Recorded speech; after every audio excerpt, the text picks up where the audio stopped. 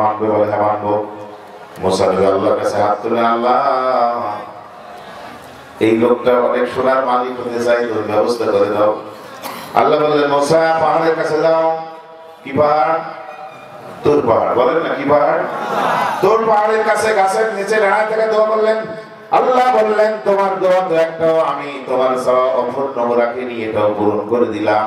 মুসারে পাহাড়ের অপোজিটে যাও, ওখানে গিয়ে একটা গাছ আছে, ওখানে যাও, আমি ব্যবস্থা করে দিচ্ছি। আল্লাহ নবী মুসা অপোজিটে চলে গেলেন। অপোজিটে গিয়ে কলা গাছের মধ্যে পিছলে একটা লম্বা গাছ আছে। আল্লাহ বললেন মুসা এই গাছের পাতা নামাও। এই গাছের পাতা নামায় যদি বট গাছের পাতা যদি আপনি খুলে দেখবেন টপ টপ করে আঠা পড়ে, তুমি এটা নামাও। পেঁপে গাছে কাঁচা হোক আর পাকা হোক, ঠোকা মারবেন, ফুটা করবেন, দেখবেন টপ টপ করে আঠা পড়ে। বলেন কথা ঠিক না ঠিক? আমার বন্ধুগণ, কলা গাছও আপনি ফুটা করবেন, কোথা মারবেন, এরকম রস পড়ে কষ পড়ে ভরে যাবে। আল্লাহ বললেন মুসা এই গাছের পাতা নেমে রস করে 3 ফোঁটা যেখানে দিবে গোটাটাই সোনা হয়ে যাবে। জোরে কর মারহাবা। মুসা নবী তাকায় দেখো অনেক বড় গাছ, পিছলে গাছ ওঠা যাবে না, বাড়ির দিকে চলে যান।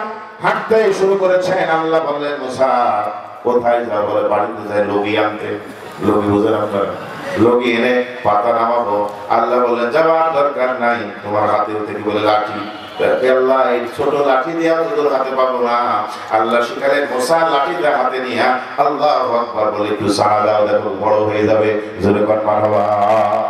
আল্লাহু আকবারের শ্রেষ্ঠত্ব বলার এখন আমার টাইম নাই। আমার বন্ধুগণ সময় খুব কম। মুসা নবী আল্লাহু আকবার বলে লাঠিটা একটু ঝাঁকি মারলেন, বড় হয়ে গেল। গাছের পাতা অনেক নামালেন, পাতাগুলি নিয়ে চিন্তা করলেন একটু টেস্ট করে দেখি একটু সোনা হয় কিনা। সামনে একটা বিরাট পাথর পেলেন, এই পাথরের উপরে পাতাটা ছিঁড়ে 3 ফোঁটা হোমিও ওষুধের মতো দিয়ে দিলেন। মুহূর্তের ভিতরে সোনালি কালার হয়ে গেল। মুসা নবী আশ্চর্য হয়ে উল্টান, যেদিকে তাকান সোনা, যেদিকে তাকান সোনা। সন্দেহ কিছু কাজ করলো, লাঠি দিয়ে বাড়ি মেরে ভেঙে ফেললো। ভেঙে দেখছে ভিতরে সোনা। চিন্তা করলো কাজ হয়ে গেছে। দৌড় দিলেন বাড়িতে। বাড়িতে গিয়া বউকে বলার দরকার মনে করেন নাই, নিজে হাতে কটা দিয়ে পিষা শুরু করেছেন।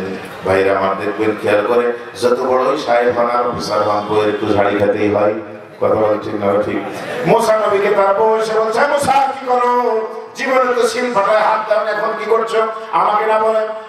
মুসা নবী বলে জানতেছে না, চুপ করে থাকো। তাকে দেখলেন রস করে একদম বড় বড় বোতল, 3 বোতল রস করলেন। কয় বোতল বলেন? 3 বোতল রস করে 3 বোতল রস নিয়ে চলে গেলেন কারণের কাছে। গিয়ে বললেন কারণ তোমার সম্পদের দরকার, যা চাইবে সব দেওয়া